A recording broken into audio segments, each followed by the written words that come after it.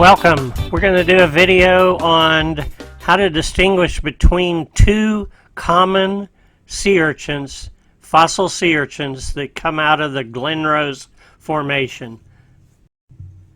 These are some echinoids that you should not have a hard time finding if you hunt in the Glenrose, and especially the lower Glenrose, which is full of fossils, and that is the Heteraster obliquatus and the Pliotoxaster comanchei.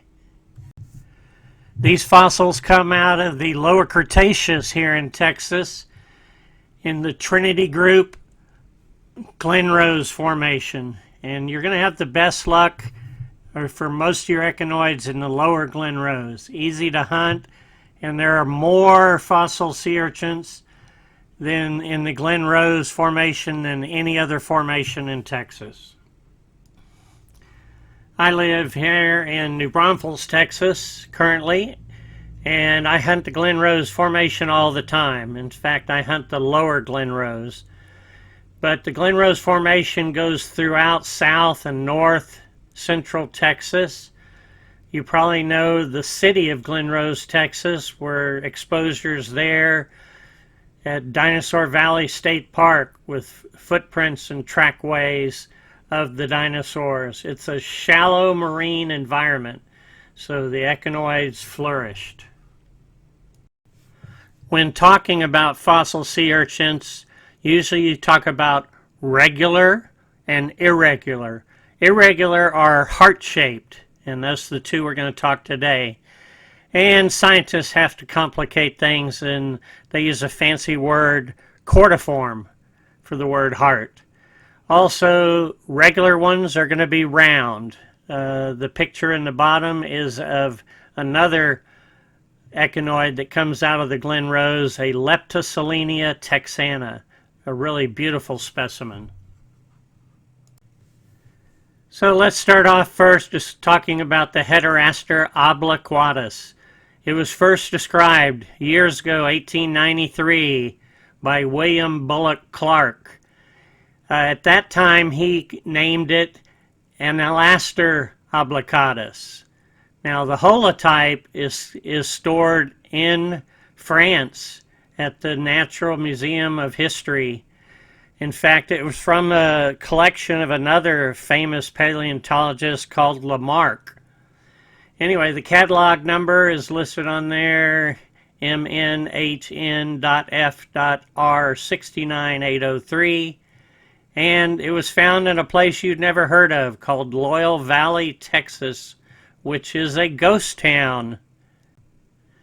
Now, the original name given it to Clark didn't stand the test of time due to studies of the different species and genuses. The name was changed to Heteraster obliquatus. And when you see it listed with the author's name and author's date, since there was a name change, they'll put parentheses around it. So you can see the parentheses around Clark in 1893. The pictures of the Heteraster in this are not the holotype. I did not go to France. I'd love to. Love to go to the museum there. They were actually can be found in the book, my first book, photographed in 2016. The specimen was found by me, and the book is Fossil Echinoids of Texas, a monogram of fossil sea urchins. And that specimen is at UT in their type room, and the number is NPL 83014. Here you can see that specimen, and it's about 36 millimeters tall, 32 wide, 16 the height on it. And there's a picture of the top and the bottom of that fossil sea urchin. This is the side view of the Heteraster obliquatus, and this shape is very distinct. This is one of 10 different species of Heterasters in Texas. This is two other views. The first view shows the end with the paraproct or anus, and then the bottom view you can see on the lower surface, you can see a little dimple there that's in that sulcus is the mouth or the peristome. The Heteraster comanchei is the other echinoid that we're going to discuss today. It was also described by W.B. Clark in 1915. So that's quite a few years after 1893, I guess 22 years. He described it in a book called Mesozoic and Cenozoic Echinodermata of the United States with another paleontologist by the name of Twitchell. The holotype was stored at Johns Hopkins University, catalog number T3012. I don't know if it's still there or not. It was found in the bed of the Colorado River at Santa Monica Springs. Now today's name is Pliotoxaster comanchei, but when Clark described it in 1915, he called it Heteraster. And due to study changes and name changes, it was changed to Heteraster, and then lastly to Pliotoxaster. When the name changes, the parentheses are placed around the author's name and date of authorship. So you can see the final name, Pliotoxaster comanchei, with parentheses around Clark in 1915. In this video, the photographs of the Pliotoxasters are actually my specimen that I found and photographed and was published in my book, Fossil Echinoids of Texas, a monograph of fossil sea urchins. The length of this echinoid is 45 millimeters tall, 40 millimeters left to right, and the thickness is about 30 millimeters. They do get larger than that and occasionally smaller. This is the side view of the Pliotoxaster comanchei, and it doesn't have that shape that the Heteraster had, so there's one difference already. Here's the two other views.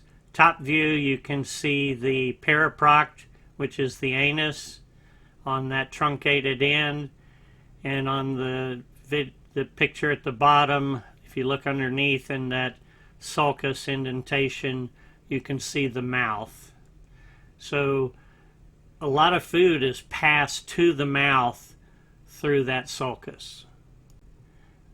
I made this video because these get confused, and other heart-shaped urchins like them. A lot of times you'll see a post of a heart urchin and you'll think of the one or two you know and you say, well, what's the difference? I find those all the time when they are totally different species.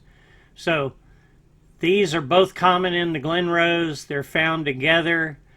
In fact, when I first found some, I found about 100 of them years ago on the highway to highway to Blanco from Wimberley, and I thought they were all the same. Heterasters and Pliotoxasters, besides being heart-shaped, both have a star pattern on top where the 5 ambicurals meet in the middle at the apical system. There are 2 pairs that match, one left top, one right, and another pair that match, one left bottom, one right bottom. Those are called paired ambs. At the top, there's a ambicurl that has a different shape, and it is called the unpaired am. In this picture of the Heteraster obliquatus, the blue arrow is pointing to the unpaired am, which is sunken on the surface, and it's in a furrow. That deep furrow is called the sulcus. The other 2 paired ams, one on the top left and right, one on the bottom, right, left. Those are on the surface, not sunken at all. But it's all different on the Pliotoxaster comanchei. All 5 AMs are sunken. The unpaired AM is still in the sulcus, but all the other 4 are sunken also. Not as deep, but all 5 are sunken. Now when we look at the bottom of both of these sea urchins, they pretty much look the same. The outline of both is very, very similar. Also, the width is similar on both of these specimens. When we look further, the widest spot is in a similar position. So going up or down, the widest spot is about equal. Now, when you study other echinoids, they may not be. Like this is just above center point. You may have one that's above center point and another one that's below center point. The peristome on the bottom, I put a little pentagon around both of those because they basically have a pentagonal shape. Some people call it a D that's laying down, D-shaped. Again, they look the same. Besides the 5 petals being sunken on the Pliotoxaster and the Heteraster just the one, which is real obvious, when you put these 2 sea urchins side by side, you can see the total different shape from the side. In fact, the name obliquatus becomes from that flat, slanting top of the echinoid, or shape of the echinoid. As we look for differences, we're still coming across similarities. The ends that have the anus, or the periproct, is on a truncated end of the fossil, and the angle of that truncation is the same on both of these specimens. So you can see the confusion. Also, from looking at the side, the ambitus, which is the widest part of the fossil, how far is it from the top and how far is it from the bottom, and what is that percentage? You can see in both of these they look like the ambitus is about a third of the way from the bottom, 2/3 from the top. So again, they look the same. Also from the side, you can say the highest part of the fossil, where is it in relationship to the center of the fossil? And in both of these examples, the highest part is forward of center. The little star is the center, and the arrow shows the highest point. So this doesn't help us distinguish the two, but it will help you distinguish other sea urchins. The tubercle size does stand out on these two. The Heteraster has small tubercles and a lot of fine granules, whereas the Pliotoxaster comanchei has larger tubercles. There are some granules also, but the tubercles are the significant difference here. We're going to talk about a new term here called a fasciole.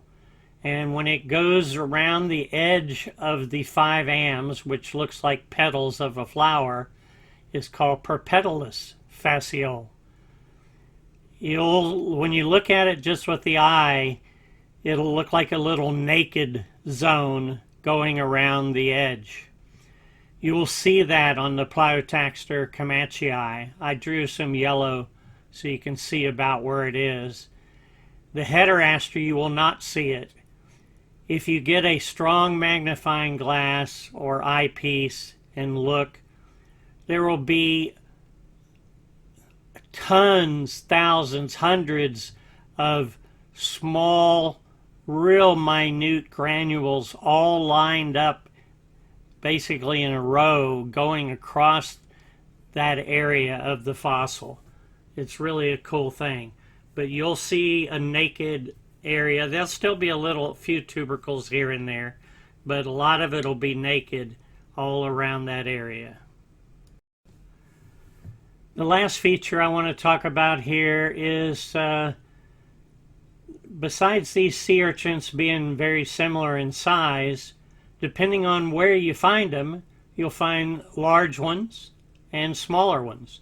If you find them in the formation with the Pliotoxaster comanchei, the Heterasters are going to be large, and a lot of them may be crushed at the top or the bottom.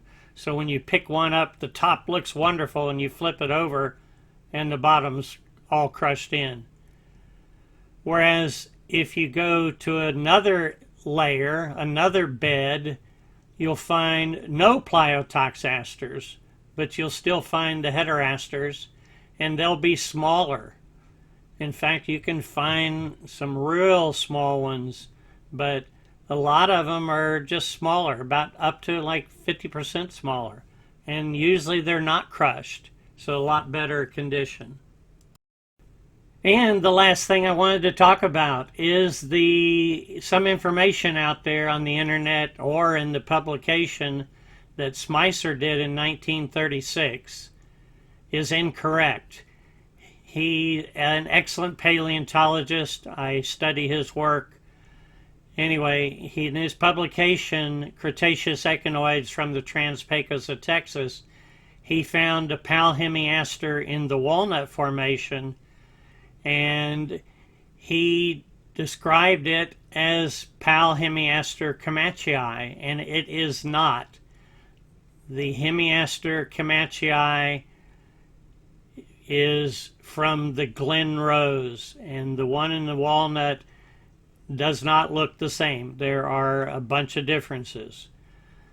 I named that specimen from the walnut in my last publication in 2020, Pliotoxaster Donald Trumpi. Thank you for watching the video. Just one more piece of information here. This was about the two most common heart urchins in the Glenrose Formation. There are two others that are less common. The Heteraster texanus, which is found in the upper Glenrose. I've seen a few specimens myself that came out in North Hays County. And then the Macraster solianterensis, which was found in the mountains in Big Bend National Park, West Texas. So you're probably not going to find that one. You may find it, but you better not get it out of the park. It's against the law. Thank you so much for viewing this video. I hope you learned and enjoyed what you saw. You can always come back to this video for reference. Share it with your friends, other fossil collectors, and please subscribe to this channel. The videos will just hopefully grow and be more and more videos to choose from. Thank you.